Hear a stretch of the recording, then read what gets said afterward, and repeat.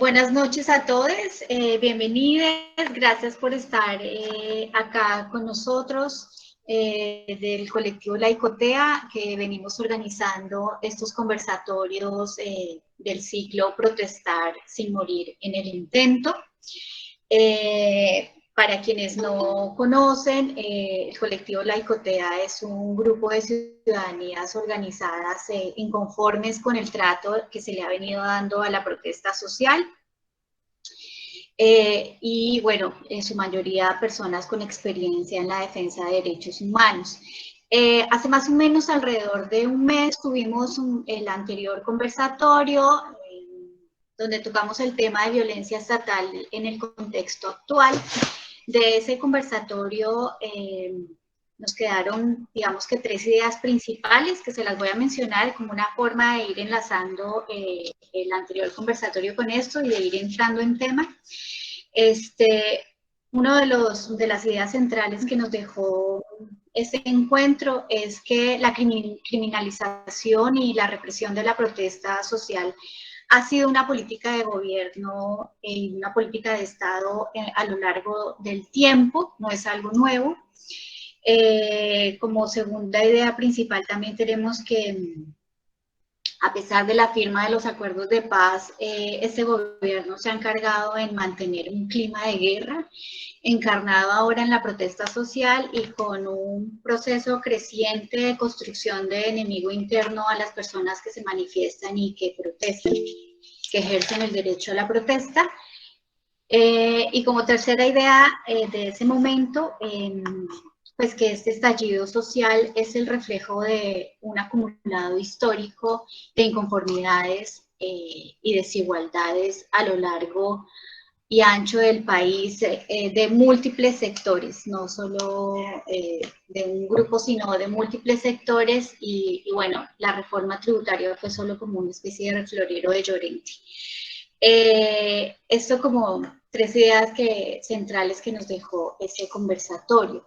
Sin embargo, pues a lo largo de lo sucedido con la protesta, vimos una serie de vulneraciones de los derechos humanos, homicidios, agresiones oculares, violaciones sexuales, detenciones ilegales y, por supuesto, las desapariciones.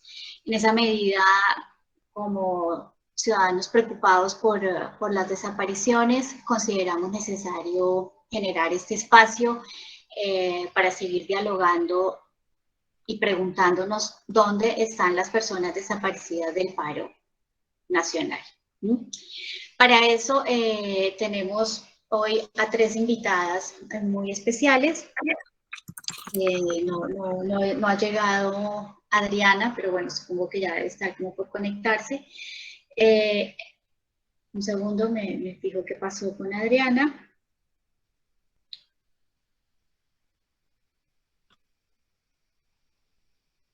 Bueno, entre las 3 invitadas, entre otras tenemos ahora un invitado más, que es Edier, pero bueno, ahorita vamos a la presentación.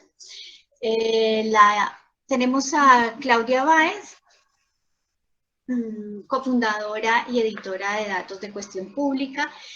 Su trabajo periodístico ha sido publicado en medios como El Tiempo, El Espectador, ProPublica, France 24. Fue una de las arquitectas de las bases de datos más completas del conflicto armado en Colombia desde el Centro Nacional de Memoria Histórica y cubrió la elección de Trump desde ProPublica en Nueva York.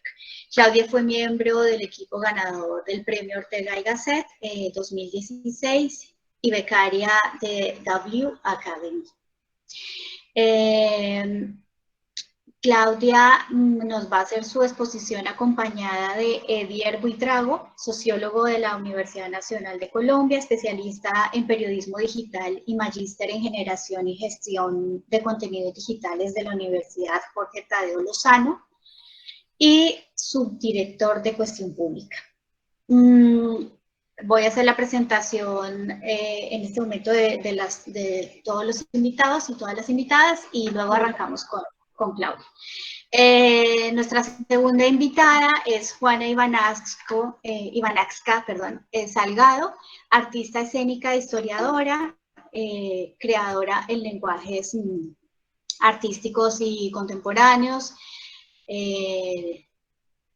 codirectora artística de la compañía La Otra Danza, docente de la Universidad Francisco José de Caldas, de la Facultad de Artes ASAP, del programa de Artes Escénicas, hizo parte del Centro Nacional de Memoria Histórica en la línea Arte y Memoria en el fortalecimiento de iniciativas artísticas y culturales y la programación artística de la exposición Voces para Transformar Colombia. Actualmente es la coordinadora de la estrategia de dinamización del Centro de Memoria, Paz y Reconciliación. Por último, vamos a tener a Adriana Arboleda Betancourt. Ella es defensora de derechos humanos, actualmente es coordinadora del equipo de atención a víctimas de la Corporación Jurídica Libertad, vocera nacional del Movimiento Nacional de Víctimas de Crímenes de Estado, y es acompañante de comunidades indígenas y afrodescendientes, familiares de víctimas de desaparición forzada y ejecuciones extrajudiciales. Estas son las personas que tenemos invitadas para este conversatorio del día de hoy, así que en esa medida le damos la palabra a Cuestión Pública a través de Claudia Báez y Edier Alexander Buitrago. Muchas gracias. Bueno, es un gusto para nosotros estar aquí con ustedes compartiendo el trabajo que hace Cuestión Pública y que hizo y que sigue haciendo en el marco del paro nacional de ese estallido social del 2021. Bueno, con respecto al tema que nos convoca, que es la desaparición forzada en el paro nacional, Cuestión Pública hizo un ejercicio muy rápido en el momento en que empezó el fenómeno, justamente a la primera semana, el 7 de mayo de 2021, nosotros lanzamos y publicamos la primera lista de personas desaparecidas del paro. Nuestra lista consolidó 133 personas desde diferentes fuentes de información y la lanzamos con un formulario también para que las personas pudieran reportarnos el estatus. Fue un ejercicio de poner el equipo en caliente, porque estamos cubriendo no solamente desapariciones forzadas, estamos cubriendo víctimas fatales, capturados, porque la Cuestión Pública logró sacar a través de tutela un ejercicio de litigio estratégico, tener la lista de capturados de Cali, al 7 de mayo también lo sacamos, y como hechos victimizantes que se estaban empezando a dar en el paro nacional a la primera semana del estallido. Entonces, lo que hicimos con la desaparición de los desaparecidos es que se empezaron a reportar las desapariciones y nosotros recabamos a través de diferentes fuentes de información de sociedad civil y también de instituciones del Estado, el estatus de esas personas, como para que la ciudadanía pudiera darnos la información de cuál era el estatus de estas personas. Entonces, quiero pasarle la palabra a Edier para que explique exactamente cuál fue la minucia que hicimos en recabación de esta información y la consolidación de la base de datos. Hola, buenas tardes a todas, a todos y a todes. Sí, digamos, yo creo que lo que menciona Claudia es muy importante. Yo creo que debemos situarnos un poco en esa primera semana del paro. Digamos, nosotros lanzamos la información el 7 de mayo, las protestas empezaron el 28 de abril, no habían pasado 9 días.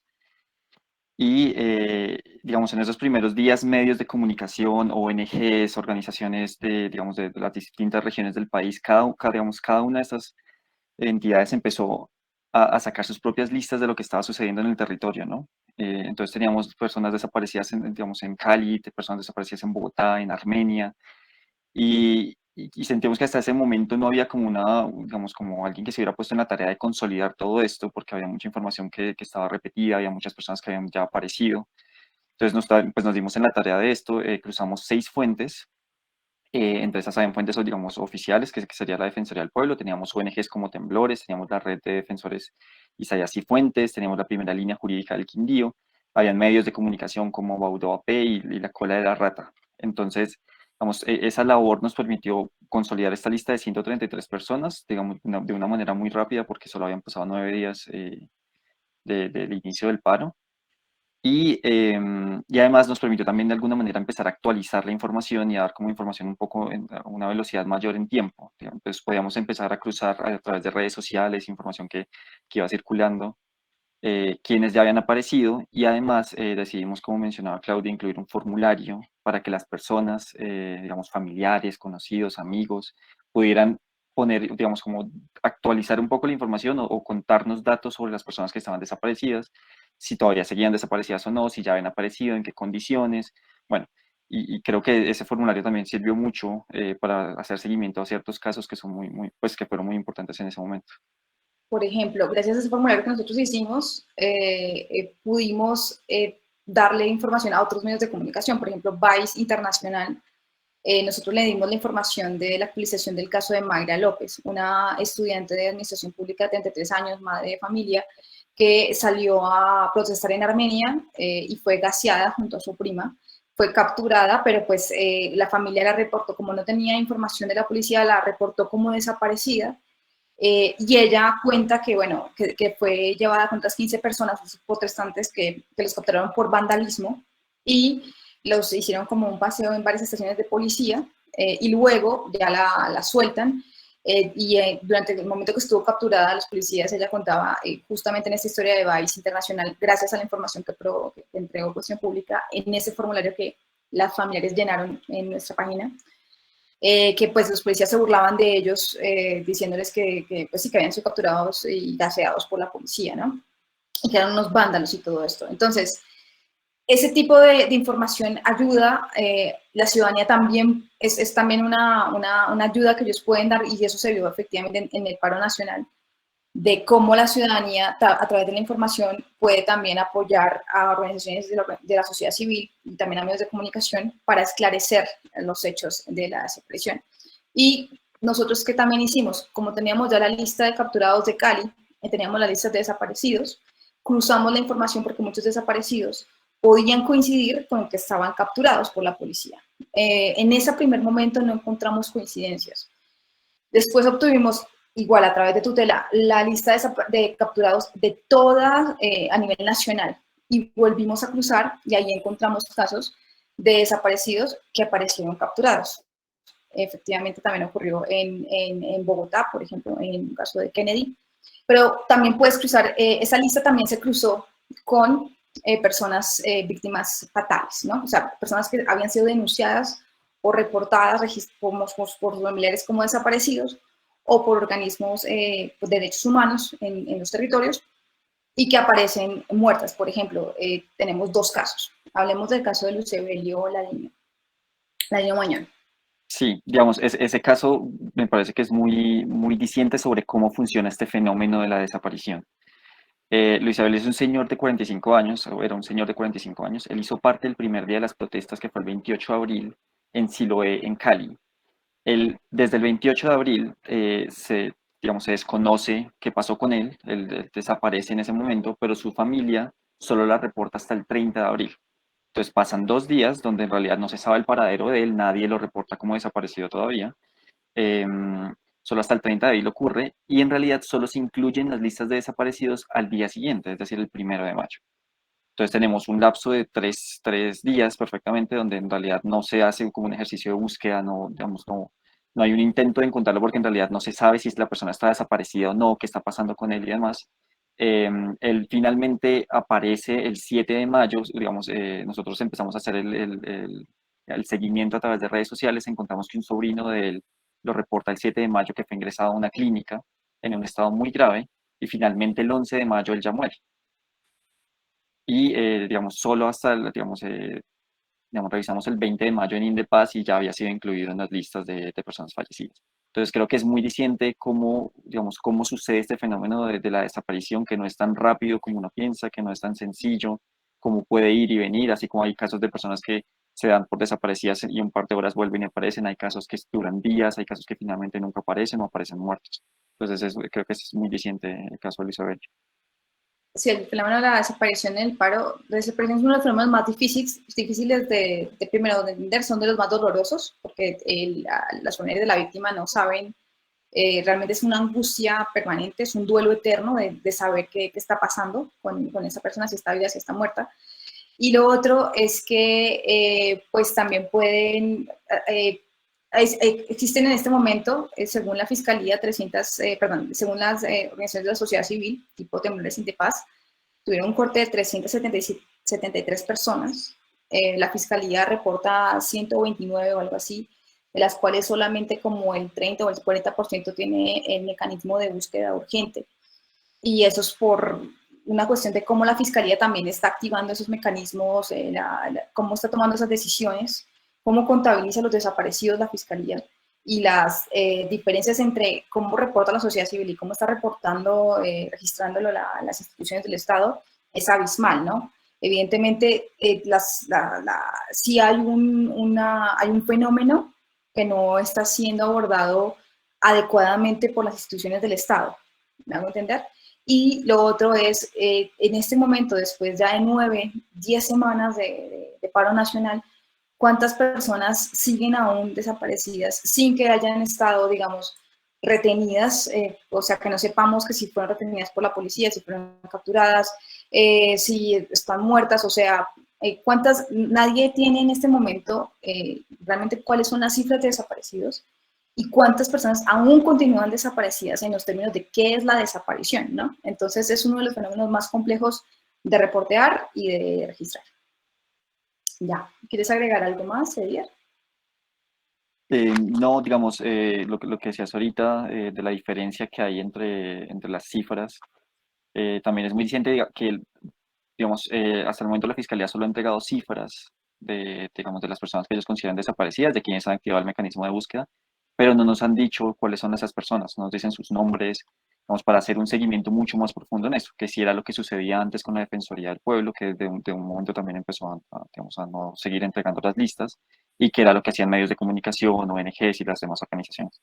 Entonces creo que si hay digamos, como un problema de información sobre a qué estamos teniendo acceso y a qué no, y también como eso nos permite saber o de alguna manera como, sí, como conocer realmente de qué, o sea, qué es lo que está haciendo el Estado para encontrar a estas personas. Exacto. Gracias a Edier y a Claudia. De pronto, antes de darle la palabra a Juana, me quedé con una duda que quisiera resolver de una vez, y es que cuando Claudia dice que 373 es la cifra que tienen a partir del, digamos, del conteo pues de la sociedad civil, pero es una cifra que iría hasta el día de hoy, o me quedé como sin saber bien de cuándo a cuándo, o sea. No, eso fue a las 8 semanas del paro. En este momento esa cifra no sé si la han actualizado con los reportes de temblores en Indepaz o lo de otras fundaciones como hasta encontrarlos. Pero eso fue hace, sí, a las 8 semanas. Gracias. Bueno, gracias a ustedes por la exposición, por este relato, por la narración de la experiencia en torno a la temática de los desaparecidos. Y le damos la palabra a Juana. Nosotros, después de que terminan las exposiciones, abrimos lugar a preguntas. Así que, Juanita, te damos la palabra. Juana.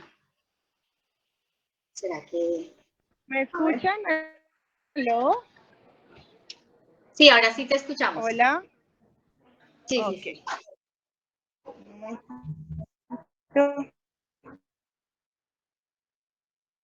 Juana, se te escucha entrecortadito. ¿Me están escuchando? Hola.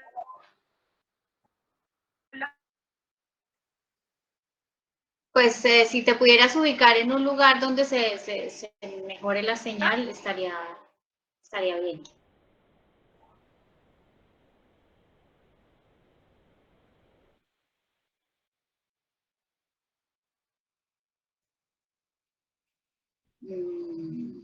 Ok, espérame, me muevo.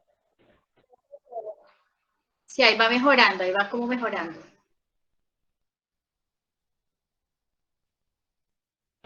Juana está en carretera. Hola, ¿me escuchas? Por eso.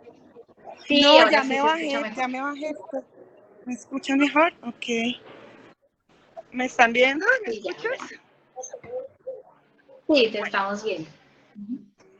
Buenas noches para todas, para todos, para todos. Muchas gracias por invitarnos a La Otra Danza y a mí, a este espacio que considero fundamental para hablar de este tema tan importante y tan difícil, como lo ha dicho, con cuestión pública, de cotejar, pero además de visibilizar y de concientizar en la sociedad, ¿no?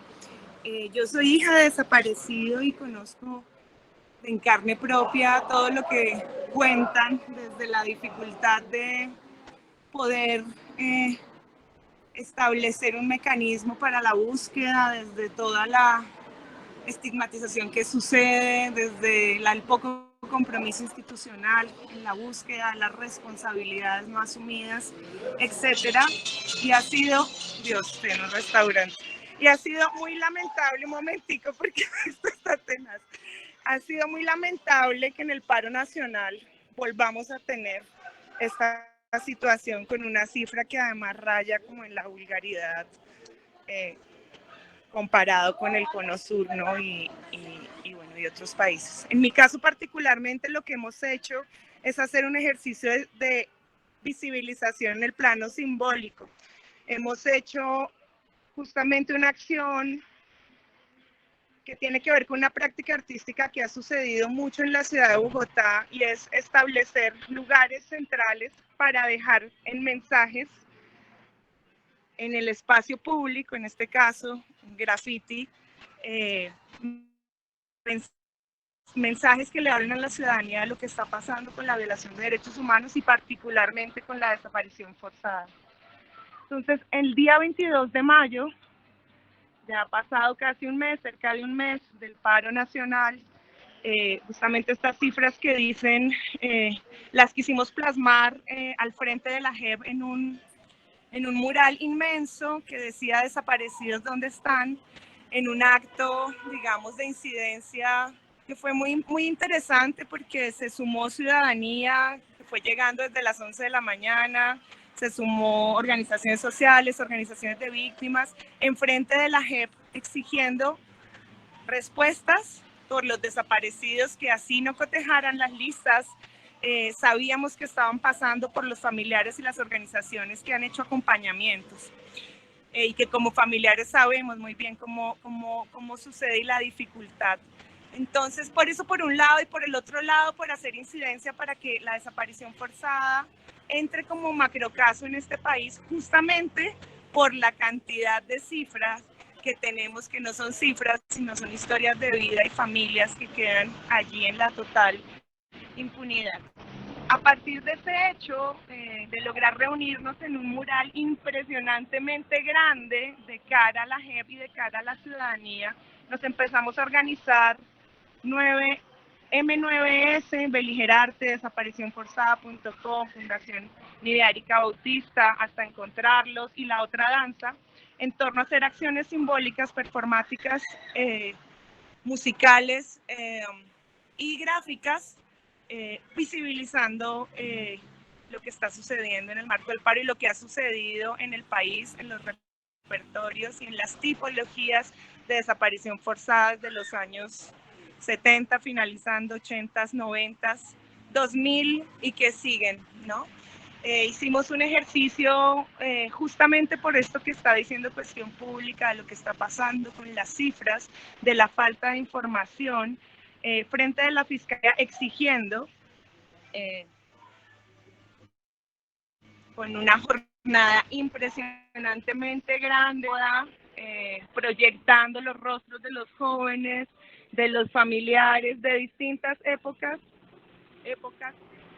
frente a la Fiscalía. Fue muy, muy, muy interesante poderlo hacer junto con todos estos colectivos que les cuento, que integran, yo creo que un ejercicio ciudadano que es muy interesante, que ha pasado poco en torno a la desaparición forzada concretamente. Ha pasado mucho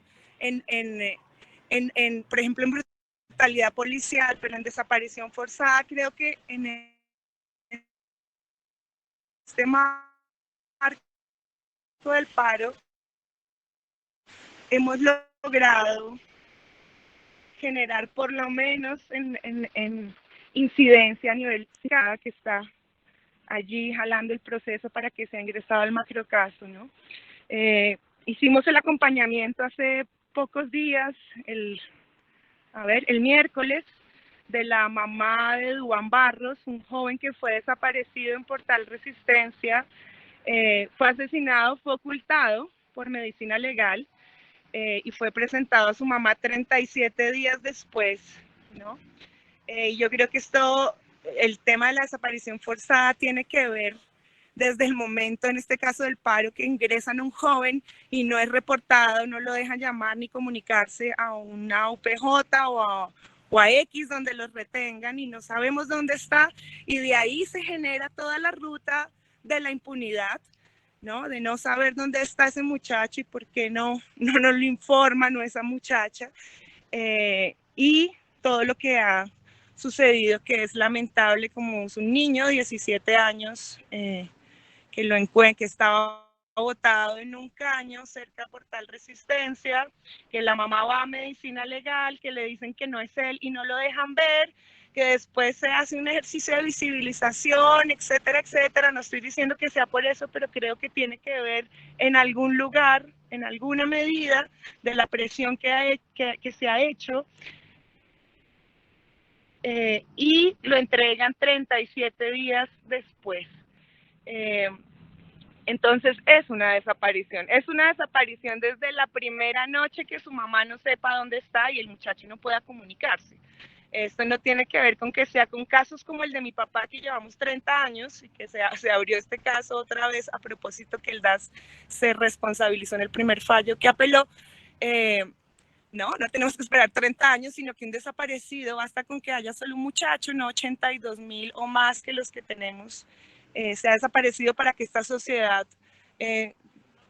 empiece a sensibilizarse y a exigir justicia y a detener esta impunidad tan fuerte con la juventud y con los adultos y con todo el mundo, porque es voraz y es un delito de lesa humanidad que es perfecto justamente por eso. Por el dificultad de denunciar, por la falta de compromiso de las instituciones del Estado, que todo el tiempo están burlándose de los familiares, lo cual es tremendo, ¿no? Entonces creo que por lo menos en medio del contexto tan complejo que hemos vivido, la vitalidad y la ternura de la sociedad organizada, como dijiste al inicio de tu presentación, ha sido hermosa en el acompañamiento, por lo menos desde lo artístico, que es mi campo y mi ejercicio político, de estar allí, ¿no? Y creo que esto ha crecido. Tú recorres la ciudad de Bogotá y se ha transformado semióticamente, impresionantemente, y eso alegra el corazón, porque tuvimos los familiares con sus galerías por las calles décadas solos. Y siento que eso ha pasado lentamente y ha sido bello estar allí, por lo menos acompañando y abrazando a la familia con toda la dificultad,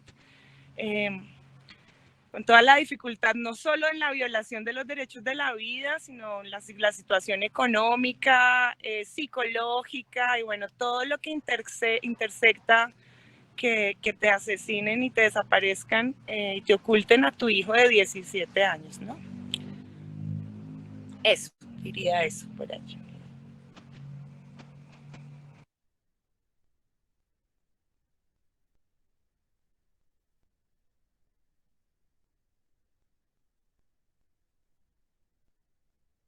No te escuchamos. No te escuchamos, Normis.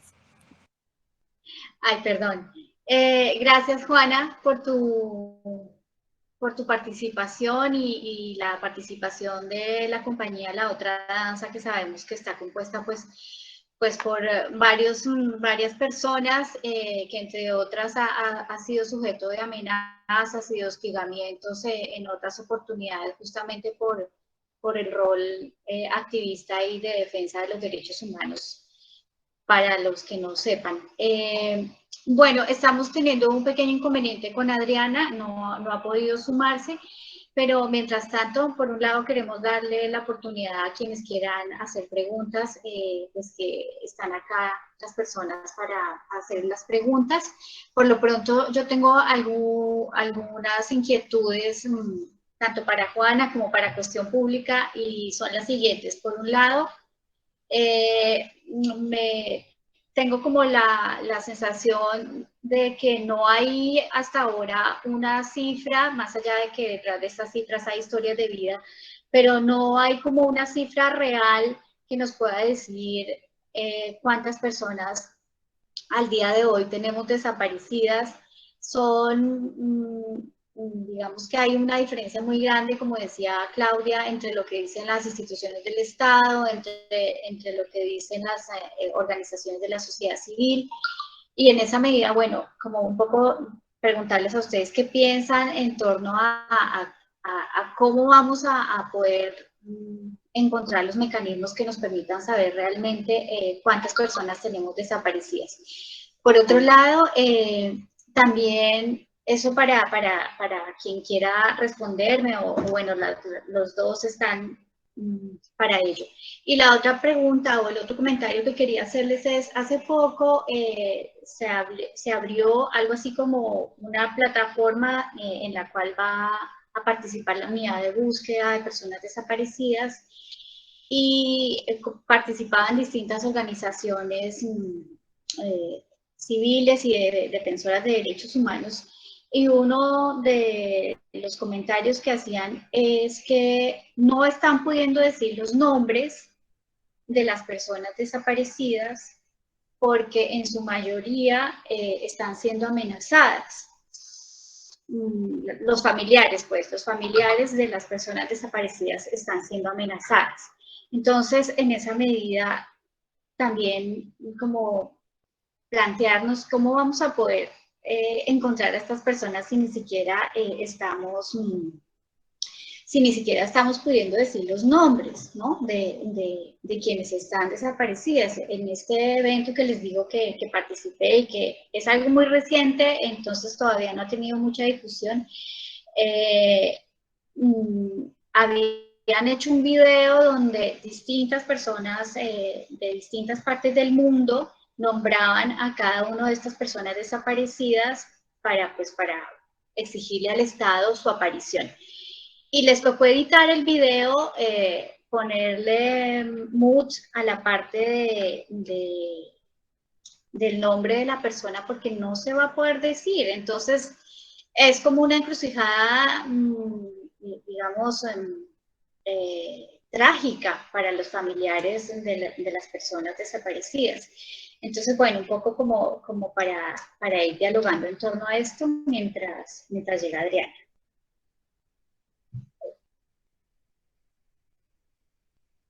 ¿Empiezo yo? Sí. Dale. Son preguntas muy difíciles. Te iba a dar el último dato que nosotros teníamos, y es al 9 de junio, es decir, hace 2 meses, teníamos un reporte de 379 personas por parte de la Fundación Hasta Encontrarlos. 379 personas desaparecidas. Sí, pues como lo mencionaba antes, creo que es un tema muy complejo, sobre todo por la falta de información que existe. Y pienso que es mucho más preocupante porque siento que en este caso en particular, que son las personas desaparecidas, es donde más se puede hacer y donde menos se está haciendo o donde menos información hay. Es decir, digamos, en el caso de las personas que ya fallecieron, en el caso de los asesinatos, pues no hay nada que hacer.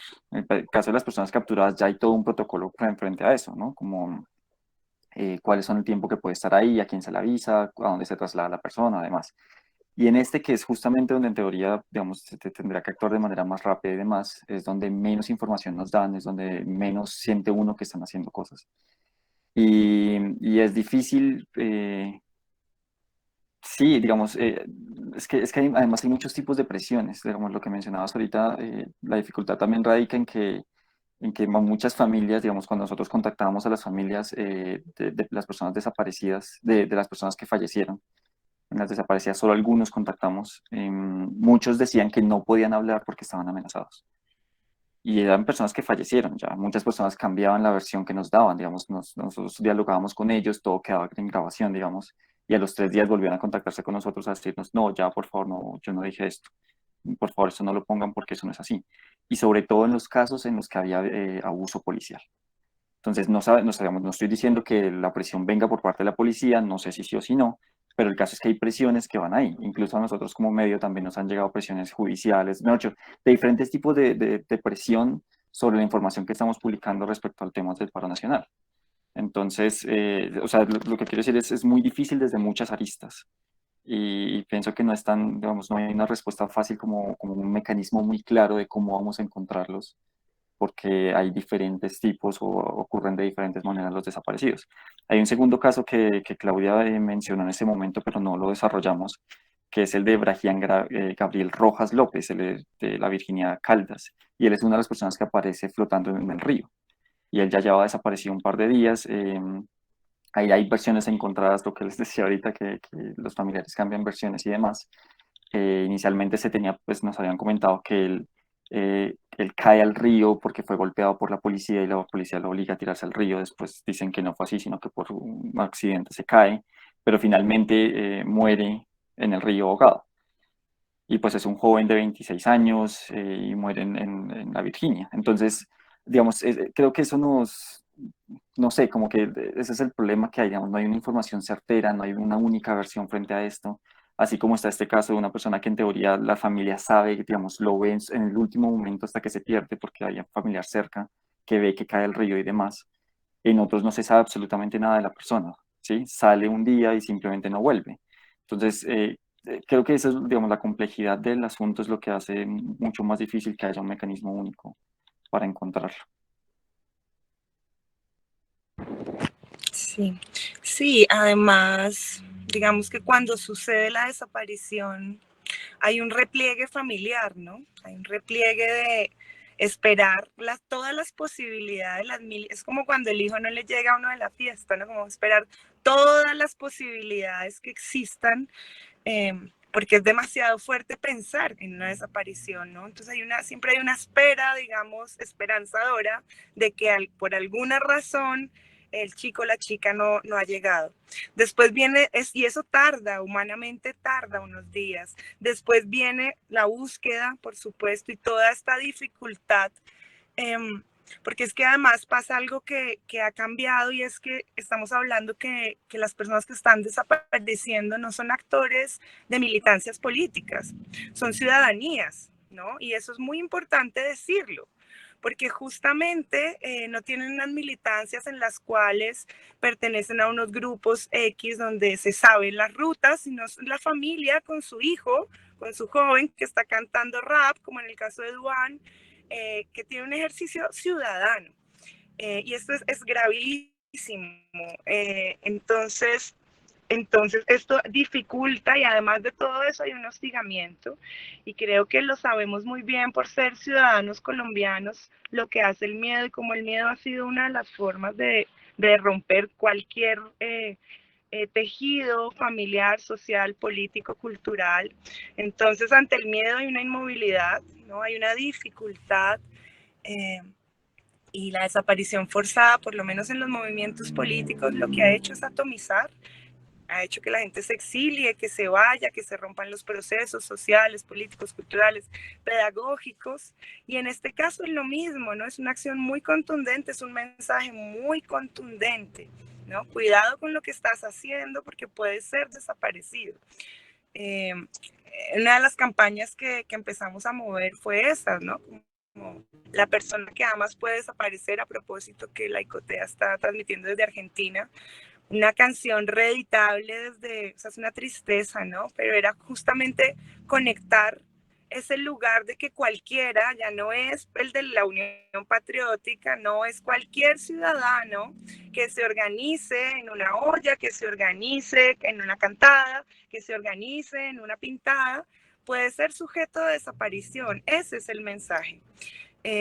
Y son atomizados y eso es muy, muy importante tenerlo en cuenta. Por eso les decía más adelante que es perfecto para la impunidad, que es muy difícil rastrear, supremamente difícil rastrear.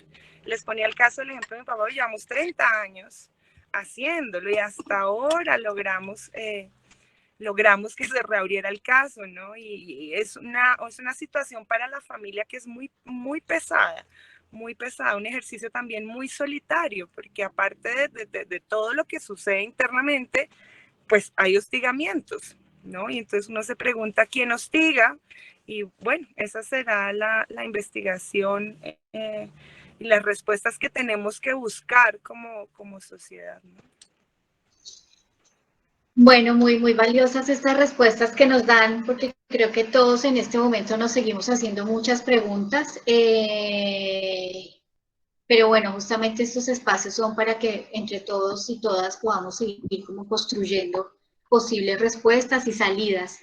Le damos la bienvenida a Adriana Arboleda. Le pedimos a Brian que guarde la pregunta que tiene para después de que termine Adriana, que ya llegó. Gracias, Adriana, por llegar. Sabemos que tuviste una pequeña dificultad, pero bueno, lo importante es que ya estás con nosotros. Y nosotras. Ya hicimos la presentación de a qué perteneces y tu recorrido, pero bueno, te damos la palabra. Gracias, Adriana, por estar. Muchas gracias a ustedes pues, por haberme invitado. Les presento excusas por esta tardanza.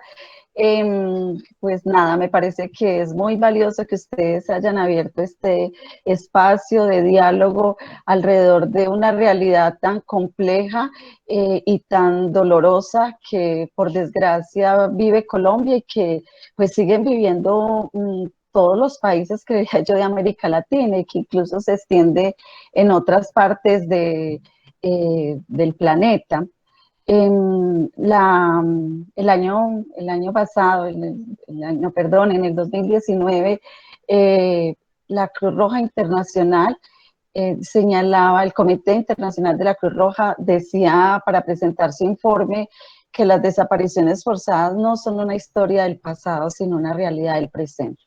Eso más o menos explica la generalidad y la sistematicidad de esta grave violación a los derechos humanos, que además en muchos casos constituye verdaderos crímenes de lesa humanidad, por esto que señalo, por este tema de la sistematicidad y de la generalidad con la que se cometen esta conducta delictiva en todas partes del mundo.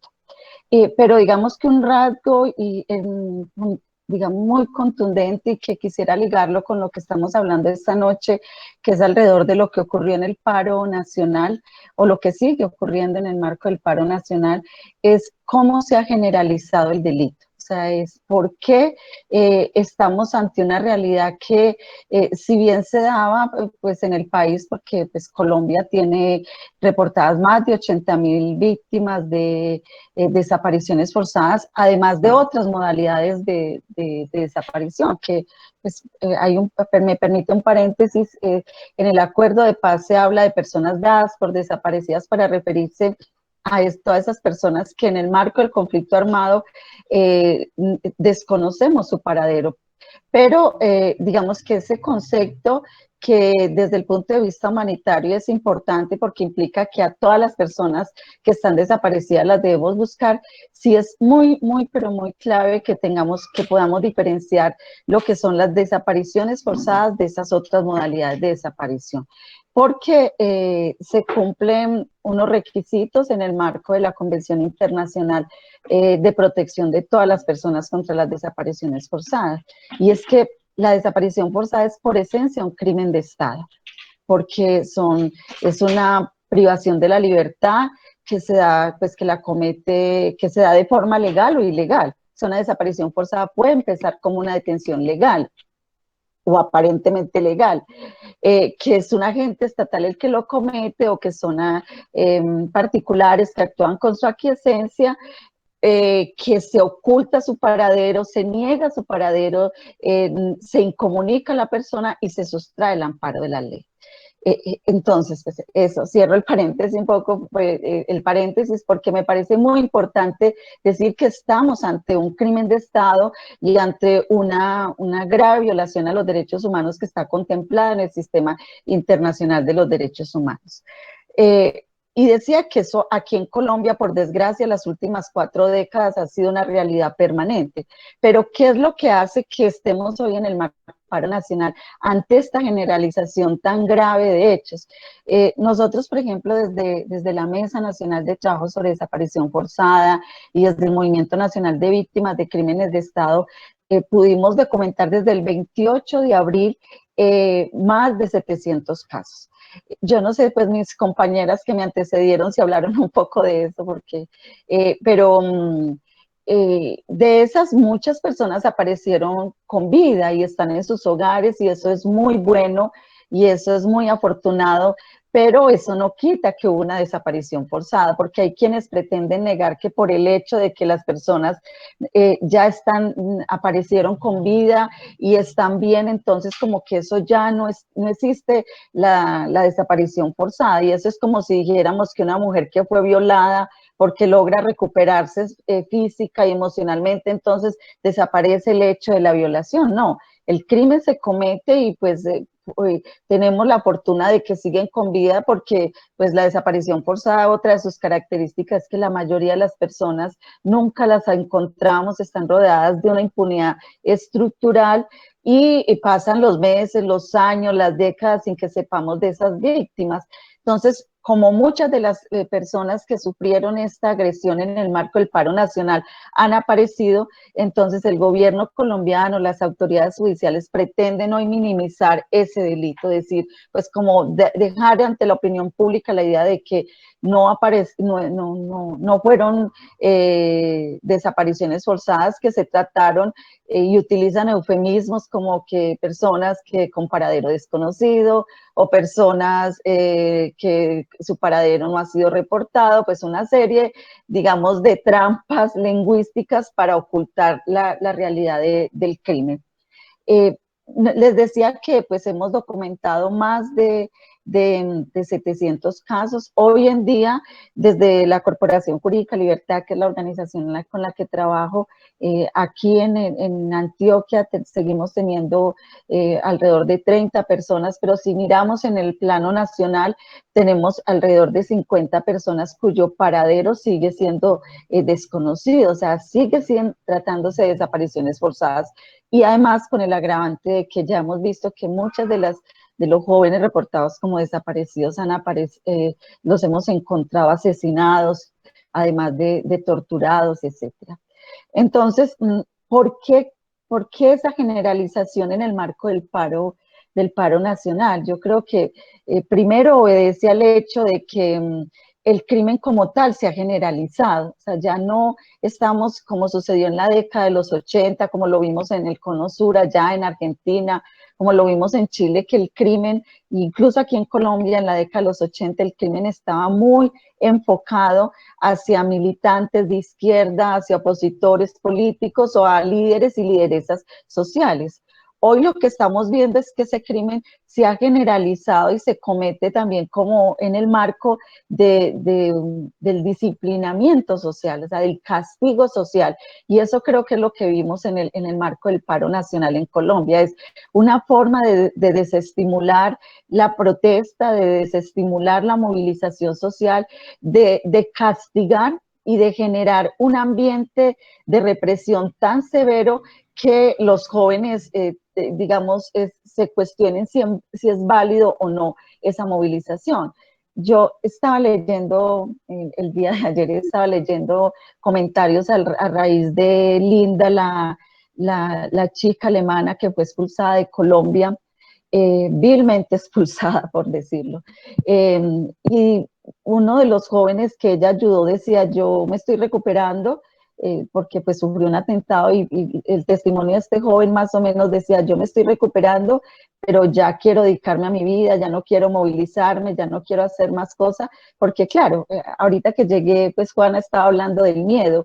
Eso es lo que busca este crimen, es porque los jóvenes que han recuperado su libertad, que han aparecido con vida, los relatos que tenemos son relatos de torturas y torturas crueles, torturas físicas, torturas psicológicas, tratos crueles y degradantes, y que son un peso muy fuerte digamos, en términos psicosociales y en términos de lo que significa digamos, el espíritu de lucha de estos muchachos y estas chicas que están hoy en la calle movilizándose, que es también, creo, pues digo, no es exclusivo de Colombia, lo hemos visto, por ejemplo, con las movilizaciones en Chile, también pues con todo el tema de las lesiones oculares, es generar castigos tan severos que yo me piense muchas veces si quiero volver a salir o no. O sea, si yo fui una joven que fui desaparecida por días o por horas, que sufrí torturas, que en el caso de muchas chicas aquí en Colombia, además violencia sexual, entonces en la próxima movilización con seguridad lo voy a pensar varias veces si quiero no volver a salir. Ese es el efecto de la represión. Y yo creo que también que en el caso de las desapariciones forzadas es porque los agentes estatales, particularmente la policía, el SMAT, el ejército, saben que es un crimen que está en la impunidad, o sea, saben que es un crimen que no se investiga, que no se sanciona, que no se previene. Entonces, pues no tienen problema porque tienen una Fiscalía General de la Nación que quiere ocultar estas desapariciones forzadas diciendo que se trató de traslados por protección, que es la figura que están utilizando, una figura que prevé el código de policía. Entonces, pues salen a decir, no, estos chicos no fueron desaparecidos, estuvieron privados de la libertad unas horas o unos días. Entonces, pues por ese lado ocultan y se salvan de su responsabilidad, pero si además desde la misma Fiscalía General de la Nación están diciendo que se trata de personas con paradero desconocido, pues tenemos, digamos, un círculo vicioso de impunidad que garantiza que se siga cometiendo el delito sin ninguna consecuencia. O sea, la Fiscalía General de la Nación hoy en día no está investigando los casos, pese a que, como les digo, se reportaron más de 700 hechos. Desde la Mesa Nacional de Trabajo sobre Desaparición Forzada empezamos a alertar. Yo recuerdo que el día 3 de mayo enviamos una comunicación al Comité de Naciones Unidas contra las Desapariciones Forzadas diciéndoles, mira, esto está pasando, justo porque pues Colombia acaba de ser evaluada. La sesión del comité había tenido, se realizó en abril, digamos unos 20 días antes de que iniciara el paro nacional, y pues sabíamos que se iban a pronunciar, iban a hacer recomendaciones a Colombia, entonces por eso el 3 de mayo alertábamos, y ya para ese día teníamos un reporte de más de 300 casos, o sea, de jóvenes que no aparecían, que habían salido a las protestas desde el 28 de abril y no sabíamos qué había pasado con ellas. Y luego, el 6 de mayo, en una reunión con la Unidad de Búsqueda de Personas Dadas por Desaparecidas, con la Fiscalía General de la Nación y la Defensoría del Pueblo, activamos el mecanismo de búsqueda urgente por 472 casos. Después la Fiscalía General de la Nación sale a decir que no hay desaparecidos porque no hay denuncias, porque las familias no están denunciando. Creo que le escuché también eso a Juana, y perdona si reitero lo que ya digo, pues es que los familiares no van a ir a reportar si lo que están viendo en los medios de comunicación oficialistas, privados, y que están diciendo es que quienes están en la calle protestando son vándalos, son terroristas, son delincuentes. Entonces, si una mamá sabe que su hijo o su hija fue a la marcha, o hace parte de la primera línea o está en las protestas, pero en la televisión están diciendo que es un terrorista, pues si no llega a casa no voy a ir a denunciar, porque hay miedo a las consecuencias jurídicas de esa denuncia. Pero además, el problema acá es que es totalmente mentiroso y absurdo lo que la Fiscalía está diciendo de que se requiere que haya una denuncia de un familiar, cuando no, las normas nacionales y el derecho internacional de los derechos humanos señala que ante una violación de los derechos humanos cualquier ciudadano o ciudadana puede reportar los hechos, y que los mismos funcionarios del Estado pueden actuar de oficio. O sea, si yo soy un fiscal general de la Nación, yo soy un policía, qué sé yo soy un juez y conozco un caso de desaparición forzada, pues tengo que activar los mecanismos judiciales porque para eso están hechos las normas constitucionales, las normas legales. En el caso de las desapariciones forzadas, pues Colombia tiene una amplia normatividad en este campo, entonces toca activarlos. Luego, no es verdad que se requiera que vaya un familiar que que pueda pues, activar la denuncia. Para eso también esa es parte del trabajo que hacemos los defensores y las defensoras de derechos humanos, justamente hacer veeduría y trabajar para que se dé ese caso. Entonces, digamos, esta generalización digamos, se nutre de esa impunidad, se nutre digamos, de la postura de la Fiscalía General de la Nación de no hacer nada, del Ministerio Público que no actuó. Es que pues el defensor del pueblo estaba de vacaciones mientras el país estaba incendiando. Fuera de eso, pues la Procuraduría no ha investigado las denuncias y pues hay un ambiente que favorece las desapariciones forzadas. ¿Cuál es ese ambiente? Esto que digo, el que no se investigue, el hecho de que se le ha otorgado facultades especiales a la fuerza pública para reprimir, el hecho de que los operativos se lleven a cabo en horas de la noche. Ustedes vieron siempre que les atacaba la primera línea, era sobre todo en horas de la noche, y los jóvenes eran mayoritariamente capturados o privados de la libertad en esas circunstancias. Entonces, digamos que tenemos todo un cóctel de impunidad, de factores que favorecen la comisión del delito, la masividad de los hechos, pero creo que es muy importante esto de cómo estamos ante un nuevo patrón. Y es que la fuerza pública ha visto que es muy eficaz la desaparición forzada para desestimular la protesta, para, digamos, optimizar los niveles de represión y afortunadamente, digamos que la otra cara de la moneda es una ciudadanía activa, unos jóvenes organizados, el papel que han cumplido los medios de comunicación alternativos, los mismos medios de los jóvenes que a través de las redes sociales, a través de, digamos, de las transmisiones virtuales lograban alertar sobre estos hechos, pues es lo que ha favorecido que podamos encontrar con vida a la mayoría de los jóvenes. También hay que decirlo, hay jóvenes que nunca estuvieron desaparecidos, eso es verdad, pero eso no, digamos, eso no oculta la gravedad ni disminuye la gravedad de los hechos. Hay jóvenes que, por ejemplo, ante la represión del ESMAD salieron corriendo y pues fueron reportados como desaparecidos porque no se sabía de ellos, y pues la obligación del Estado es encontrarlos.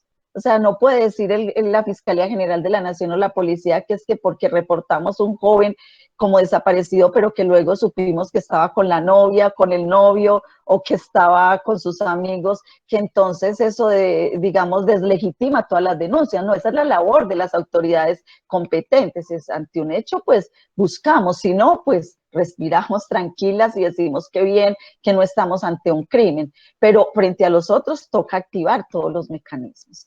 Ese es un poco pues lo que creo la realidad. Me parece un poco para finalizar, es que ahorita tenemos un gran desafío como en varios sentidos. Uno, necesitamos generar unas condiciones para brindar asistencia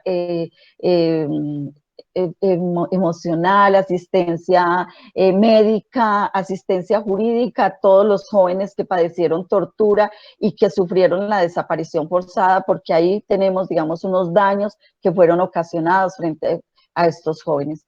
Dos, tenemos un desafío grande de poder lograr que se investigue, juzgue y sancione a los responsables de este crimen. O sea, los agentes del Estado, principalmente la policía y el ESMAD, tienen que responder por el hecho de que ha habido cientos de jóvenes que sufrieron desaparición forzada y que esto es una grave violación a los derechos humanos y no se puede, digamos, lavar las manos diciendo que como ya aparecieron ya no hay nada. Pero el desafío más grande, creo yo, es encontrar a los jóvenes que hoy en día siguen desaparecidos. La tradición de Colombia, de América Latina, de Centroamérica, es que después de muchos días las personas reportadas como desaparecidas cuesta mucho encontrarlas. O sea, no podemos quedarnos con la idea de que pasen los años y las décadas y que hoy en día estamos buscando a personas desaparecidas en los años 70, 80, 90, 2000. No podemos no puede pasar eso, o sea, no puede pasar que los jóvenes que han sido desaparecidos en días anteriores y que todavía seguimos sin saber dónde están, pasen las décadas sin que sepamos, sin que sus familias sepan de su paradero. O sea, tenemos que hacer una campaña y digamos, una estrategia política, jurídica y de difusión para encontrarlos. Pero, y pues si se me permite, el cuarto desafío tiene que ver es cómo prevenimos este crimen. O sea, no puede ser que cada que haya una protesta, que cada que haya un ataque, una movilización, los jóvenes tengan que pagar con su vida, con su libertad y con su integridad el derecho a protestar, el derecho a movilizarse y el derecho a pensar que es posible las transformaciones de un país distinto y democrático. Eso es, pues, creo, un poco lo que quería compartir con ustedes. Gracias. Adriana, muchas gracias, muy pertinentes todas tus precisiones en términos de las definiciones también de los conceptos. Muchas gracias, Adriana.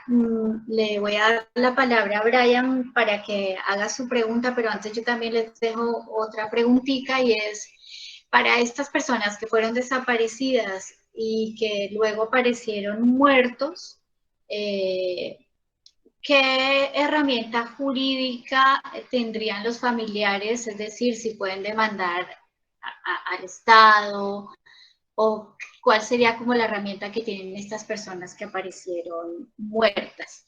Eso, dejo esa preguntita y le doy la palabra a Brian para que haga su pregunta.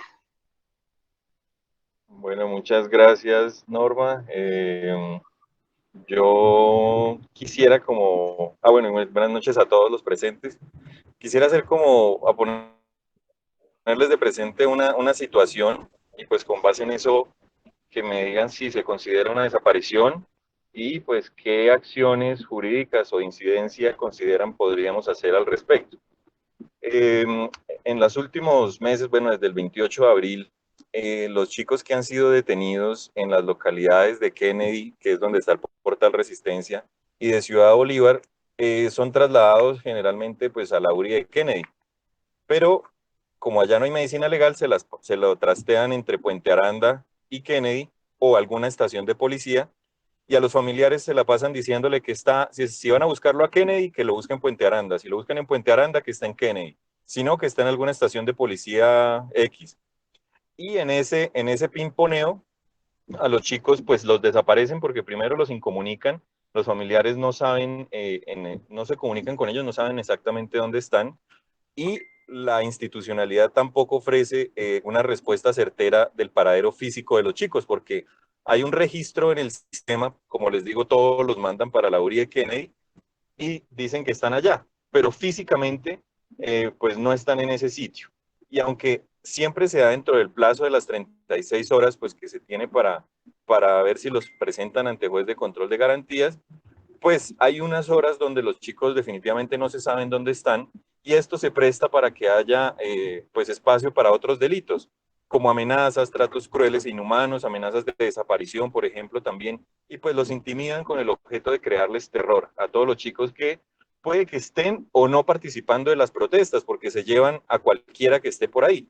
Entonces lo que han optado es por detenerlos por el delito de obstrucción en vía pública, pero eso en sí no es un delito, así se llama, pero el delito es obstruirlo por medios violentos, con bombas, armas, qué sé yo. Pero como esto no es un delito en sí mismo, el bloqueo de las calles, pues todos los fiscales deciden dejar en libertad a los chicos, pero se volvió una herramienta de la policía para primero pues reprimir la protesta, capturando a las personas que están manifestando, porque se puede llevar gente que está jugando fútbol por ahí. Y durante el lapso de las 36 horas, pues no se sabe cuál es su paradero físico. y pues es que es como la situación. Este caso se presenta muy seguido. La verdad ha sido muy difícil de pronto generar una cifra total porque no se puede manejar, no tenemos como capacidad para saber todos estos casos, pero diariamente más o menos se dan unas 10 detenciones desde el 28 de abril aproximadamente. Por lo menos del 7 de agosto fueron 12 detenciones, ¿sí? Entonces, como que bueno, ¿qué podemos hacer si es un caso de desaparición? Si esta situación sí es desaparición, y en caso tal eso, ¿qué podríamos hacer ante qué autoridad para evitar que el Estado continúe pues ejerciendo esta presión indebida? Muchas gracias.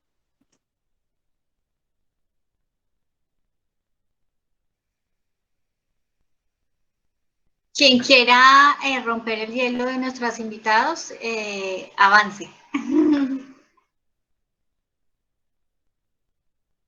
Bueno, si quieres, Norma, yo digo alguna cosa frente a eso. Yo siempre que me preguntan, sobre todo los periodistas, si es o no una desaparición forzada, pues no todos tenemos que saber el concepto jurídico, pero creo que hay que hacer pedagogía para tener claro como por lo menos 4 elementos, que eran los que señalaba ahorita, de la Convención Internacional de Protección de todas las personas contra las desapariciones forzadas. Entonces yo creo, Brian, que hay que tener en cuenta ese elemento para tomar una decisión. ¿Cuáles son esos 4 elementos que señalaba uno? Que la persona haya sufrido haya sido privado de la libertad en forma legal o ilegal. Pues puede ser que hayan ido a su casa con una orden de allanamiento y una orden de captura, o puede ser que incluso haya sido capturado en flagrancia. Esas son formas legales de privación de la libertad. O en forma ilegal, que es como suele pasar en el marco de las protestas, ¿cierto? Que pues hay redadas y simplemente se llevan al primero que, perdón la expresión, al primero que se deje agarrarse, pues a ese se lleva. Ese es el primer elemento, que haya una privación de la libertad legal o ilegal. Segundo criterio, que esa privación de la libertad sea cometida por un agente estatal o un particular que actúa con la complacencia, con la aquiescencia o el apoyo de la fuerza pública. Lo vimos en el marco de las protestas, o sea, la policía, el ESMAD capturando a los jóvenes, o vimos, sobre todo en Cali, civiles que capturaban en forma ilegal a jóvenes y pues estaban apoyados por la policía. Tercer requisito, que esa persona sea ocultada, no se le permita comunicación, no se le se niegue su paradero, como lo que estaba señalando. Nosotros hemos conocido muchos casos de que los padres van y preguntan y dicen no están, o no, a nosotros mismos los de derechos o defensores, vamos y se nos niega, nos dice, aquí no está, y luego los jóvenes nos cuentan que estuvieron todo el tiempo en un CAI o en un centro de traslado por protección, pero nunca nos quisieron aceptar que estaban allá. Y la otra forma, además, es que se supone que todas las autoridades de policía o judiciales deben llevar un registro de personas capturadas y no existe. O sea, si ustedes hoy en día quieren hacer un balance, se van a dar cuenta que en ninguna estación de policía tienen un cuaderno registrado todos los jóvenes que fueron privados de la libertad en el marco del paro, no está. Y el cuarto criterio es que sea sustraído del amparo de la ley, es decir, pues que no se le permita que lo asista un abogado, no hay una autoridad judicial competente frente al cual se pueda defender, etcétera. Esos son los 4 criterios.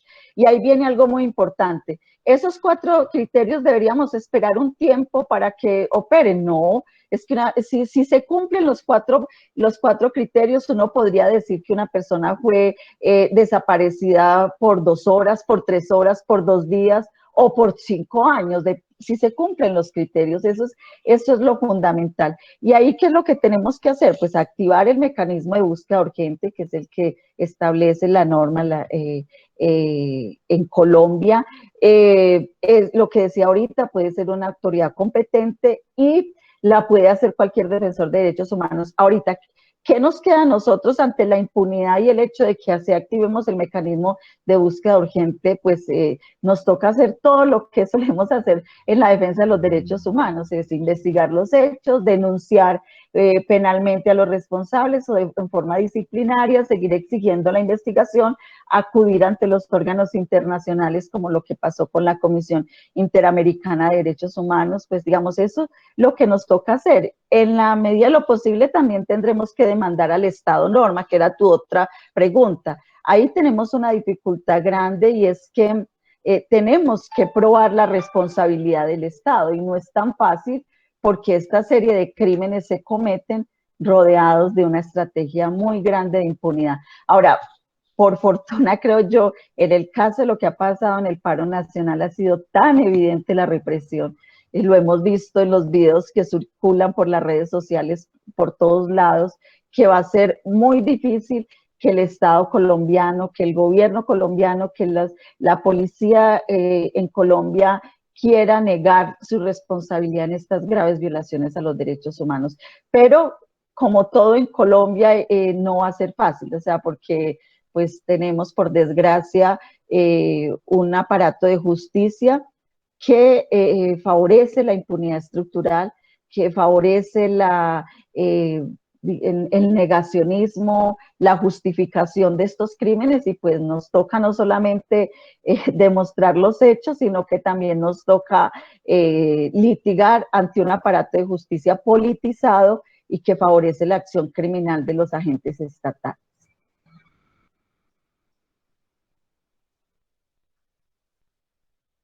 Gracias, Adriana. Juana o Edier, ¿algún comentario ante las preguntas? Ay, ¿será que puedo aclarar una cosita antes? Qué pena, Norma. No te extiendas, Brian.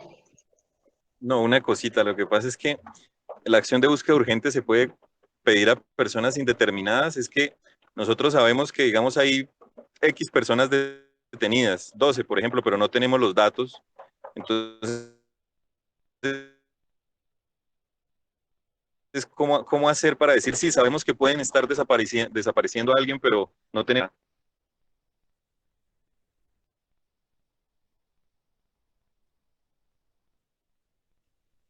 Se escuchó un poco entrecortado, Brian. Ay, qué pena.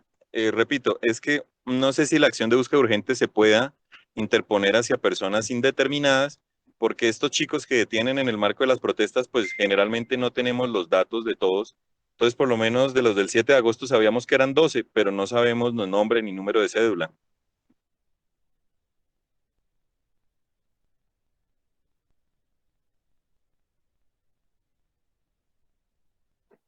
Hola.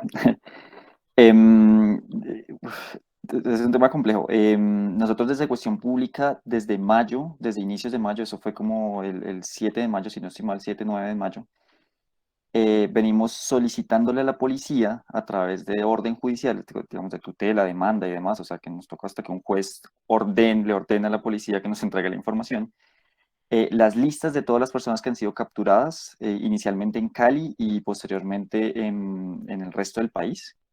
Nosotros hace una semana, 2 semanas, recibimos la última lista de estas, creo que tenía datos hasta julio, si no estoy mal, como hasta mediados de julio. De pronto ahí, digamos, creo que para responder ahí un poco la pregunta de qué herramienta jurídica tendrán las familias, sobre todo en el caso que plantea Brian, creo que esa información puede ser clave para identificar si la persona sí fue efectivamente capturada o no, si la policía lo reconoce. Y creo que puede ser de ahí, digamos, una manera para actuar de ahí en adelante. Digamos, en caso de que la persona presente algún tipo de traumatismo, que fue golpeado, que demás, o que fue golpeada, abusada, digamos, creo que puede servir a partir de esas listas que tenemos. Digamos, algo en lo que estamos trabajando, nosotros vamos a publicar justamente esta información en estos días, o sea, estamos trabajando en esto, es que hay diferencias entre las diferentes bases de datos que nos entregaron. Todavía no sé si llamarlo inconsistencias, que podría pensarse que son inconsistencias. No sé, digamos, estamos haciendo el tratamiento de los datos y demás para identificar por qué hay unas personas que fueron reportadas inicialmente como capturadas y posteriormente ya no aparecen en los últimos listados. ¿Sí? Y eso es algo que puede ser, pues, que creo que es muy grave. No tendría los datos de agosto todavía, pero pensaría que, digamos, si podrían comunicarse con nosotros y de alguna manera les apoyamos en la labor digamos, de cómo se redacta el derecho de petición para la información y cómo es toda la lucha jurídica para que les entreguen los datos de quiénes fueron las personas capturadas ese 7 de agosto.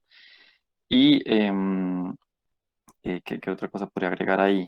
Sí, digamos, la herramienta jurídica, pensaría que hay que analizar caso a caso, pues para eso también hay una, digamos, está la primera línea jurídica que apoya en estos casos, como que ayuda a tratar de identificar cuál es el camino adecuado para pues digamos, en el caso de las personas que ya aparecen, ¿no? En el caso de las personas que continúan desaparecidas, y no sé, creo que es un panorama más complejo.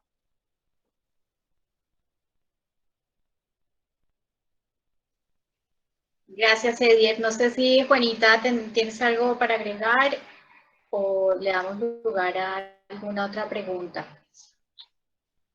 No, creo que no. En este caso no, Norma. Sí, de pronto, una de las preguntas que también yo creo que varias nos hacemos y es, bueno, están los mecanismos internacionales, ¿sí? Pero ¿qué hacer ante no solo ante este negacionismo que está teniendo el Estado ante las vulneraciones de los derechos humanos, sino también ante el rechazo que están teniendo de acatar las recomendaciones que, por ejemplo, hizo la Comisión Interamericana? Entonces, Adriana, pues decía en su respuesta que están estas opciones de recurrir a estos mecanismos internacionales, pero justamente había una demanda muy grande de poder recibir a la Comisión Interamericana cuando la vicepresidencia se estaba negando, la canciller, bueno, se logró que vinieran, hicieron un informe muy riguroso y ahora tenemos este ingrediente del rechazo que está teniendo el Estado. Entonces ahí también se genera como, no sé, como una sensación de no solo de impunidad, sino de a quién recurrimos, ¿no? Así que bueno, un poco a ver ustedes qué piensan de esto.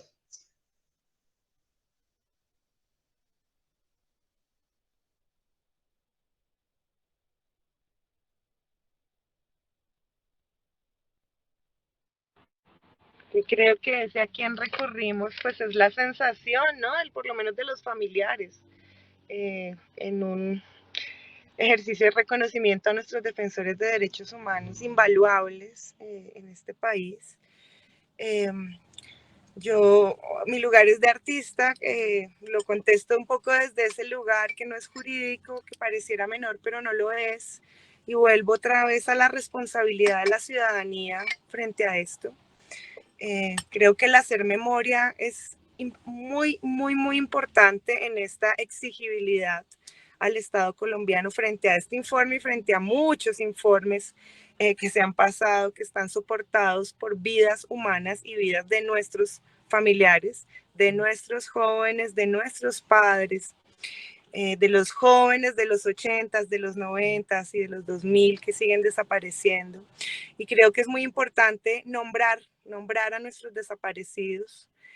Creo que es muy importante fortalecer, hablo para la ciudadanía, los lugares de memoria, acompañarlos, respaldarlos con nuestros cuerpos, con nuestras presencias, acompañar las acciones de justicia simbólica que uno cuando analiza el quién dio la orden, que es justicia poética, casi justicia simbólica, es muy interesante el impacto que tiene en la sociedad y el nivel de incomodidad que genera la justicia simbólica y poética en este país.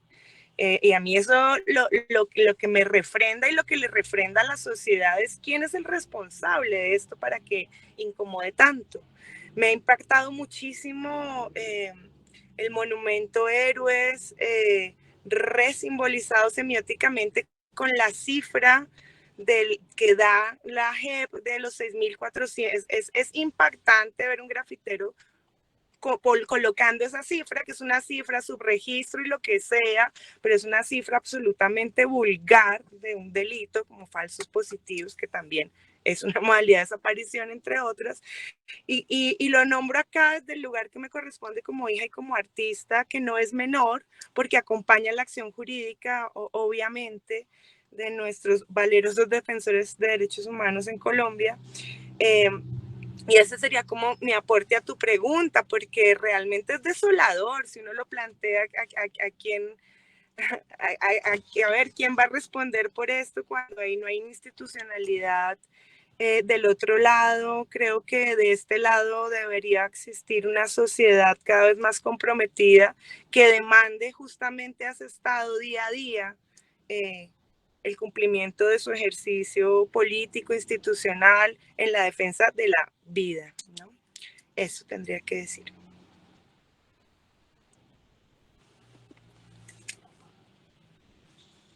Gracias, Juana. No sé si alguien más del público tenga alguna pregunta para Yo seguir quería, enriqueciendo.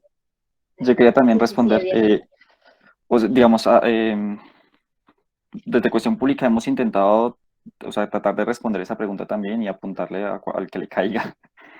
Y la respuesta ha sido lo que les comentaba ahorita, de ir no sé, incluso acciones legales, o sea, tratar de solicitar la información que se pueda, enviar esa información a la mayor cantidad de entidades, organizaciones a las que les pueda interesar. Entonces están medios internacionales que muchos respondieron muy bien, medios en Estados Unidos, medios en Inglaterra, o sea, como de diferentes partes están tratando de tratar de hacer cosas con la información. Incluso a la CIDH también le presentamos un informe.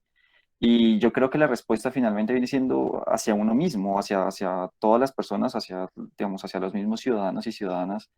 Y por eso lo que mencionaba Juan es muy importante y tratamos de hacerlo, y es mencionar a las víctimas, tratar de contar sus hechos, digamos, de cómo desaparecen, cómo mueren, cómo sucede todo esto. Y lo que nosotros hicimos fue un especial que se llama A Sangre y Fuego, y cogimos, por ejemplo, todas las víctimas mortales que encontramos y tratamos de identificar patrones en las muertes de estas personas. O sea, como una manera de que cuando llegó la CIDH, decirle, mire que esto no es simplemente gente que está muriendo porque sí, no es gente que de repente muere en las protestas porque sea normal que la gente muera en las protestas, sino hay patrones de están disparándole a la gente de tales y tales tipos de armas, están muriendo en tales y tales contextos. Si son hombres, si son mujeres, si son personas negras, si son personas indígenas. O sea, es tratar eh, no es un documental, es un especial. Si quieren, yo ahorita les comparto, está en nuestra página web. Ahí tenemos, digamos, todo lo que hemos venido publicando. Y siento que digamos, ese informe que le presentamos a la CIDH era muy completo. Ahí también incluso estaba, digamos, lo que encontramos sobre digamos, la alianza que se fraguó entre policías y hombres armados vestidos de civil en Cali en varias ocasiones en mayo. Y es como hay un patrón detrás de esto. Y siento que la única manera, o sea, más allá de buscar no solo el responsable, que efectivamente hay que buscarlo y hay que llevarlo a la justicia, creo que la respuesta también es, o sea, de qué hacer es desde la misma ciudadanía. Es decir, contar la información, pues que es lo que nos compete a los medios, y que la gente empiece a actuar frente a eso. Digamos, por un lado está el miedo, efectivamente, digamos, lo que ya mencionaba Adrián y en su momento también Juana menciona, y es como ese miedo paraliza, como yo ver que desaparecen personas evita que yo salga, o como ver que están matando personas también, pero al mismo tiempo, cómo eso me motiva a decir, esto no puede seguir sucediendo, y empiezo a tratar de hacer algún tipo de acción. De ahí nace también lo que les comentaba de la primera línea jurídica, nacen un montón de primeras líneas, y es yo cómo aporto desde lo que puedo, desde lo que sé, desde lo que tengo. Y creo que eso es muy valioso, y más allá de buscar a alguien que nos ayude, siento que esa respuesta está justamente desde dentro de uno mismo. Y no sé, ya se vienen las elecciones del próximo año, entonces creo que esa puede ser otra respuesta. Sí, sí cabe, ¿no? Porque ya sabemos también lo que sucede en esos escenarios.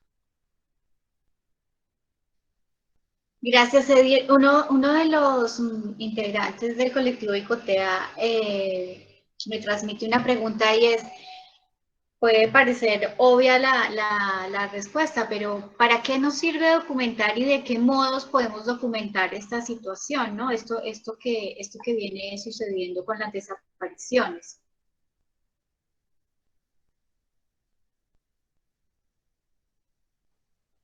Pues yo quisiera decir algo, pues Norma, todos, creo, todas las que estamos acá documentamos, ¿cierto? Desde para diferentes objetivos, cuestión pública, todo lo que hace la denuncia, del acompañamiento que hace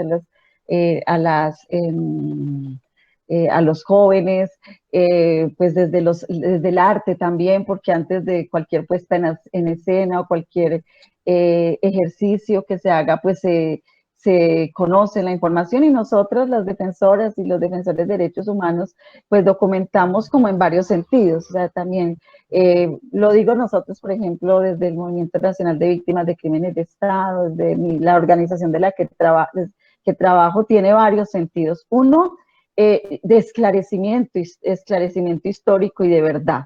O sea, necesitamos que se sepa y ahorita, por ejemplo, Kedier señalaba también cuando vino la Comisión Interamericana, creo que lo más poderoso de todos los que le entregamos información a la CIDH es que era información documentada. O sea, aquí no estamos diciendo nos pareció que hubo muertos, creemos que hubo torturas, a lo mejor hubo tal cosa, no. Aquí, vea, usted tiene el listado con nombres concretos, o sea, no estamos hablando de números, estamos hablando de seres humanos, de hombres y mujeres que sufrieron acciones concretas. Esta persona que tiene este nombre, esta edad, este número de cédula, fue torturada. Eso es muy poderoso, Norma, o sea, porque eso sí que incomoda al poder y al victimario, porque es que no tiene cómo defenderse. Entonces, eso es fundamental. También esa es una forma de contrastar, pues es normal, a mí me parece absolutamente normal que lo que nos dicen que puede haber inconsistencias, puede haber doble registro de algunos casos, pues es que nosotros, la ciudadanía, desde los medios de comunicación, desde las organizaciones de derechos humanos, estamos haciendo el trabajo que en estricto sentido debería hacer la institucionalidad. O sea, estamos investigando, estamos documentando, estamos haciendo, y es normal que con las escasas, digamos, mecanismos que tenemos, hemos logrado hacer eso. Lo que contaba Edier ahorita es que no nos quieren dar los registros, entonces nos toca presentar un derecho de petición, interponer tutelas, cuando en un país democrático deberíamos poder acceder a esa información sin ninguna traba, pero pues nos toca pelearnos el poder acceder a esa información.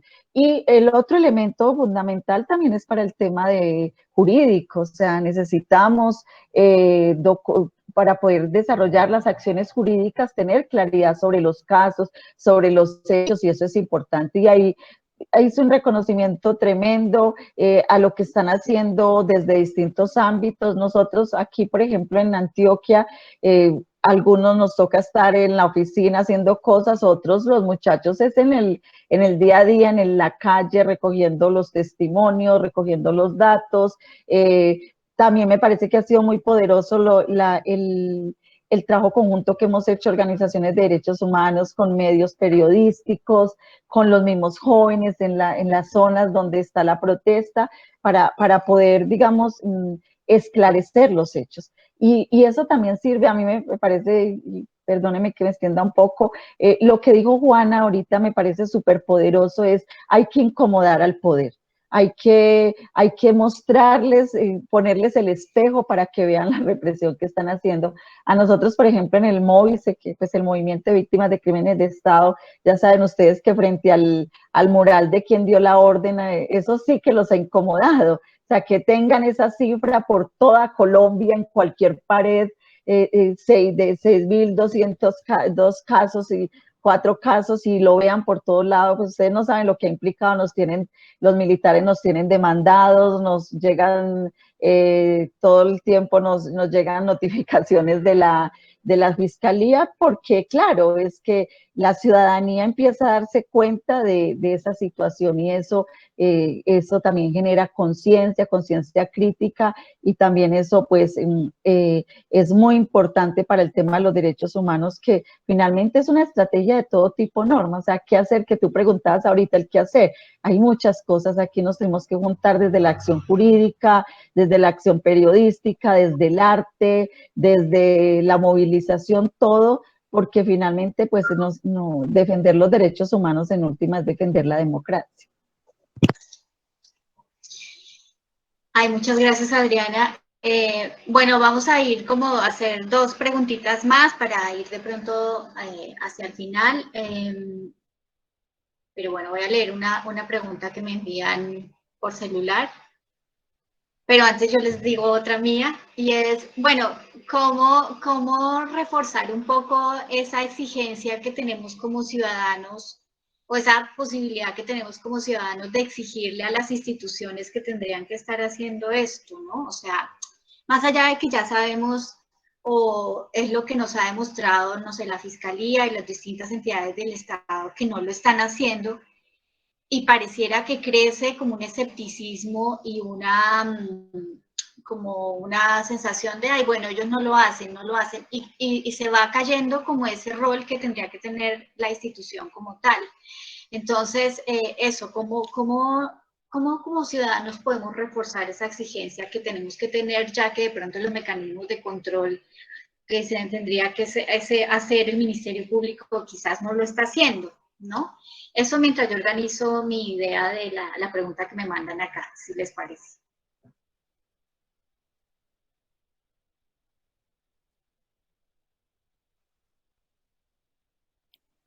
Em, em, digamos, hay algo que me ha llamado mucho la atención con respecto a los casos de muertes que ocurrieron por abuso policial. Y yo siento que en esta ocasión, a raíz de la presión ciudadana, de que la movilización fue tan amplia, de que se mantuvo durante tanto tiempo, la fiscalía empezó a actuar mucho más rápido en algunos de los casos.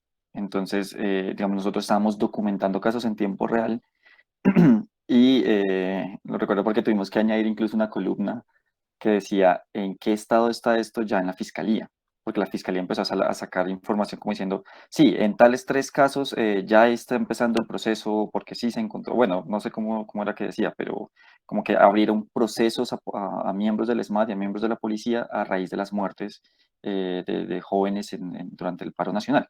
Y siento que fue muy rápido. Yo en realidad en los últimos meses pues han sucedido tantas cosas que no, las últimas semanas, que no hemos hecho seguimiento a qué ha pasado en esos casos, si, digamos, pasan a la justicia penal militar y ahí se mueren, o si efectivamente ha habido condenas o ha habido como ha venido avanzando el proceso, pero eso me llamó mucho la atención. Entonces yo diría que esa manera de, digamos, cómo reforzamos ese derecho a exigirle al Estado que actúe o sería a través justamente de esa presión ciudadana, por un lado, pero por el otro lado, pues también están todas las demás organizaciones jurídicas, sociales y demás que ejercen presiones desde tipos legales, bueno, de diferentes tipos de cosas y lo que dice Juan y lo que dice Adriana es súper importante y es una presión también desde el arte, es una presión desde diferentes tipos de forma que son muy valiosas. Nosotros incluso intentamos incursionar con eso en una alianza que hicimos con el Contramonumento Fragmentos y fue poner todas las fotografías y un breve texto con la edad y donde mueren las víctimas durante el paro nacional, que sabemos pues el Contramonumento es donde están, digamos, donde se funden las armas de las FARC, ¿sí? Que este es un monumento que nace a partir del acuerdo de paz y uno camina sobre las armas de las FARC, ¿no? Y es un espacio muy simbólico y que ahí estén expuestas las víctimas del paro nacional, creo que fue como un hecho muy bello. Además logramos traer varias de las familiares de las víctimas. Entonces fue como una cosa muy diciente también, e incluso para el poder mismo. Decirle, mire, aquí están, o sea, como estos son los rostros de las personas, estos son sus nombres y no se van a ir de acá. De hecho, digamos, alguien está en Bogotá, puede todavía a visitar la exposición, creo que va a estar hasta finales de agosto. Yo creo que eso es muy diciente. Entonces, hay muchas maneras de exigir y pienso yo que es esa presión desde los diferentes sectores lo que ayuda. Sí, yo también me sumaría a lo que dices, Edith. Creo que la persistencia y una lección muy importante de doña Fabiola Lalinde, que se llama la Operación Sirirí, ¿no? Hasta que ella encontró a su hijo, o el lugar donde estuvo su hijo, después de estar desaparecido tanto tiempo. Y creo que esa Sirirí es la persistencia, pues la persistencia en lo que nos corresponde como ciudadanos, justamente desde el lugar donde estemos. Con este mural que les estaba contando, bueno, que no es un mural porque está hecho en las 2 calzadas de la carrera séptima, está hecho a piso, más bien, no sé cómo se dice, una pintada en la séptima, en plena 63, en un lugar que nos costó bastante trabajo bloquear de 11 de la mañana a 11 de la noche. Esa noche que terminamos casi a la medianoche, tuvimos funcionarios de la alcaldía pues todo el tiempo digamos, presionándonos para que termináramos, pero por el otro lado diciéndonos que a las 11 de la mañana el otro día lo iban a borrar. Y fue muy interesante lo que pasó porque era borrar un aviso inmenso que decía desaparecidos. En ese momento había cotejado una cifra 373, no estoy mal, y la del paro y 82.000 algo, la de todas las décadas, etcétera. Pero esta situación llevó a dos acciones interesantes. Primero, al otro día hicimos una convocatoria a la ciudadanía para la protección de esta pintada, y la ciudadanía llegó a la JEP y se acostó encima. Fue muy, muy bello. Fue muy impactante ver a la gente de la ciclovía, que de pronto no tiene ni idea que es desaparición forzada, preguntarse, indignarse, acostarse, ver a madres llorando acostadas, diciendo dónde están, junto a una ciudadanía que hasta ahora se estaba enterando que en su país hay desaparecidos. Y hemos logrado a través de una mesa de diálogo con la alcaldía para que ese mural no sea borrado, pero además no solo sea borrado, sino sea reelaborado con una pintura que sea indeleble, porque en ese momento, en la colecta que hicimos, la pintura fue de agua, entonces obviamente iba a ser una instalación de pintura efímera por la naturaleza de la pintura, y hemos logrado que sea una pintura, pues, de las pinturas epóxicas, de las de calle, que no se borran, y me parece que ha sido importante en lo simbólico recordarle a la ciudadanía que pasa por allí la situación, y creo que eso es de persistir. Entonces mi respuesta sería la misma. Creo que todos y cada uno de los colombianos conscientes, de las ciudadanías que vayan haciendo conciencia, todo lo que hagan es importante, es muy importante. El hecho de que la ciudadanía haya cogido la cámara de su celular y haya grabado ha permitido salvar vidas, cosas que no teníamos en los 90s, por ejemplo, cuando desaparecieron a mi papá. No tenemos ni siquiera testigos, es muy difícil recabar la información por las formas como hacían, ¿no?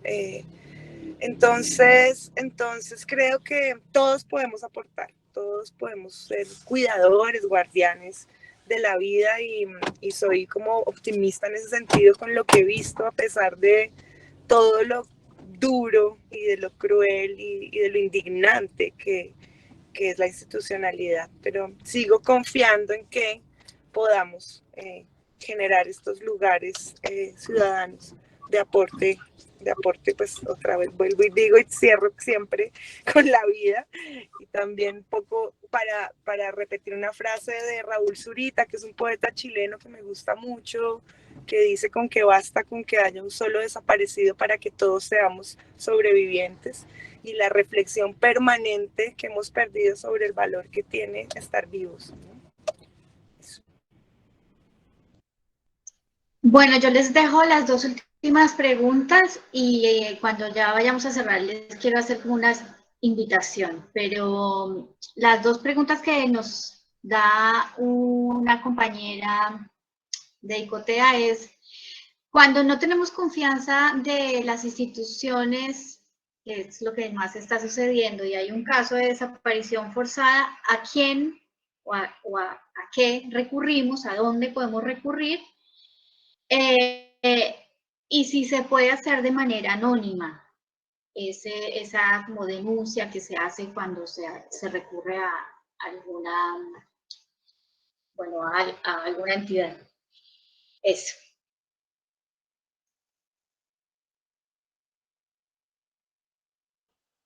Pues yo creo, Norma, que siempre hay que recurrir a la institucionalidad, si esa institucionalidad esté pervertida. Es un poco como la idea, en dos sentidos.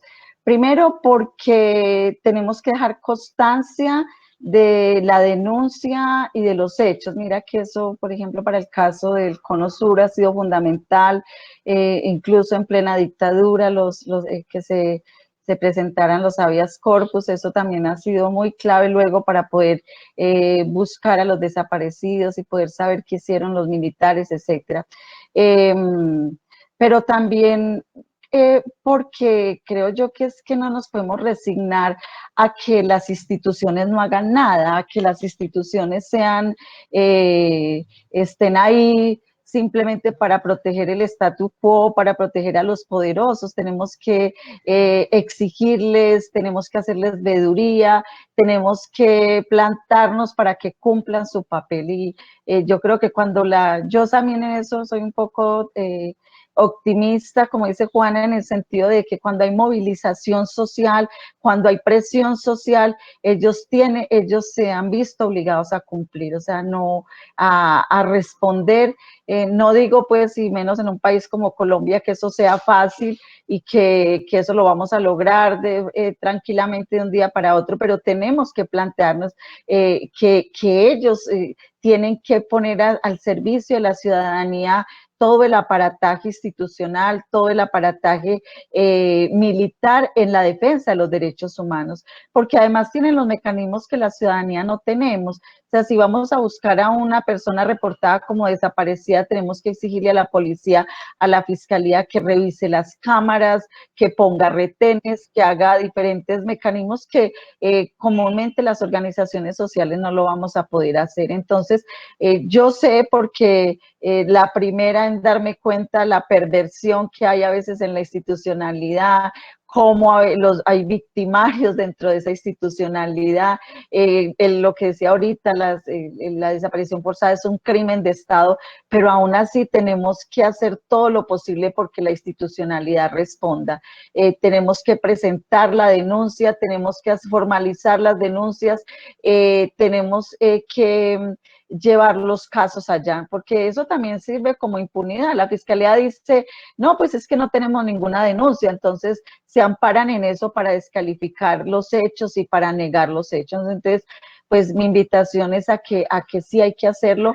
Obviamente hay que hacerlo con todas las condiciones de seguridad, hay que buscar proteger a las víctimas y ahí, pues digamos, las organizaciones de derechos humanos, los periodistas democráticos, alternativos, cumplimos ese papel, a veces ser la voz del que no puede tener voz o del que no puede salir. Entonces, sí, ¿se puede hacer una denuncia? Sí, o sea, de hecho muchas veces la hacemos nosotros, nos pasan la información y somos nosotros los que interponemos la denuncia, los que llevamos los casos, pero en la medida de lo posible hay que salir, hay que hacer conocer los hechos. Mira que ahorita ha sido muy difícil que los jóvenes, por ejemplo, les den, pues me imagino que Edir lo sabe, que los muchachos le hablen a los medios de comunicación porque hay una desconfianza terrible, porque pues hablarles de medios de comunicación inmediatamente se les viene a la cabeza Caracol, RCN, bueno, etcétera, pero no todo, hay que decirles, no todos los medios de comunicación son así, que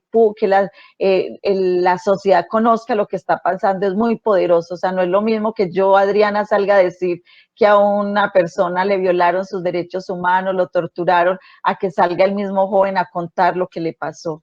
Eso tiene un impacto social muy importante. Entonces, sí, yo creo que no nos podemos resignar a que la institucionalidad no funciona y no, hay que exigirle, hay que denunciarlos, hay que mostrar la perversión de esa institucionalidad, pero no quedarnos, no marginarnos, porque creo que eso favorece la impunidad y favorece la represión.